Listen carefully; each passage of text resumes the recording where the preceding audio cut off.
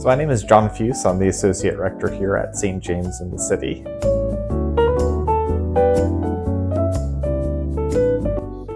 예, 저는 성 제임스 교회, 성 제임스는 야고보죠. 성 제임스 교회에서 한인 사역을 담당하고 있는 김요한 신부입니다.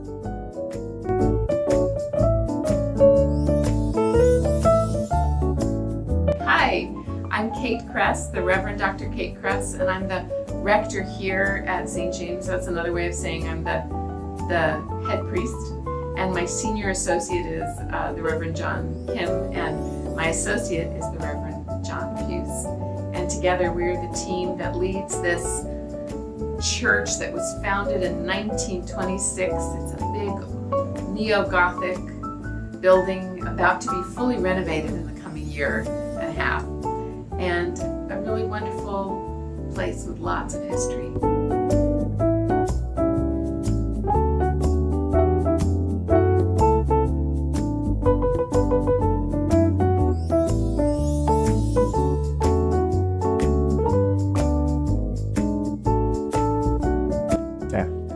So surprisingly, St. James is one of the apostles that we actually know a little bit about. There's some apostles that we just hear their name and that's all we know from scripture. But St. James is famous for a couple different things. So he was amongst the first batch of apostles that was called, along with his brother John. They were both called to be the first three apostles by Jesus. We also hear throughout the Gospels that they were one of the people who were invited when they were praying with Jairus' daughter for healing. They were one of the three apostles that was invited up the mountain to witness the transfiguration of Jesus on the mountain. And then as we get into Acts of the Apostles, that's where we hear that Herod ordered him to be executed. So St. James is the first apostle, not the first person, but the first apostle to be martyred in the church.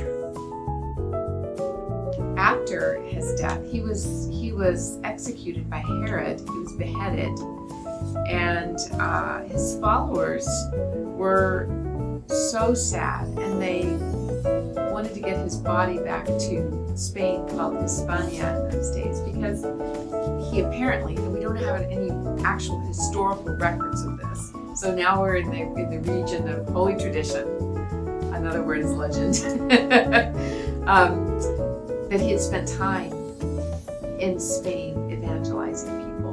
Not very successfully, but he loved it all the same apparently, so his followers wanted to get him back there. So there's many holy traditions about how they got his body back. But one of them is that he washed up on shore covered in shells. And so the shell is a symbol of St. James. And you see shells all over our church. And yeah, in fact, I'm going to grab one to show you. Okay, so still running out. So here's this. This is the shell symbol that we love so much. They're all over our church. Here's another one. I think it's a really beautiful symbol. This idea of him being covered in shells, and it's sort of a miracle that he made it back to his beloved Spain. The story has it that his body was on a boat on its way back to Spain. There was a terrible storm, and the boat got blown to pieces. But everyone on the boat prayed to St. James that they might be kept safe. So all of them washed up ashore with seashells all over their body, and everyone survived. So that's why if you go around our church, you'll see a lot of seashells. That is the symbol of St. James, one of them. And so they weren't quite sure what happened to the body initially. And then centuries later, there was a monk who had a vision that St. James was buried in the middle of this field in the middle of nowhere. So he went, told his bishop, he said, all right, let's start excavating.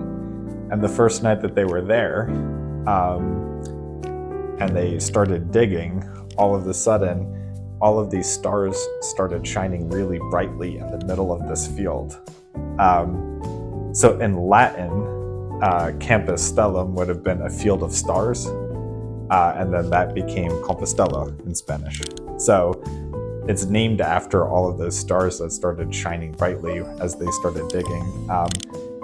That is eventually where the Cathedral of St. James in Spain was built, which is the end point of the Camino. And in the basement of the church, you can actually go down and see the tomb of St. James.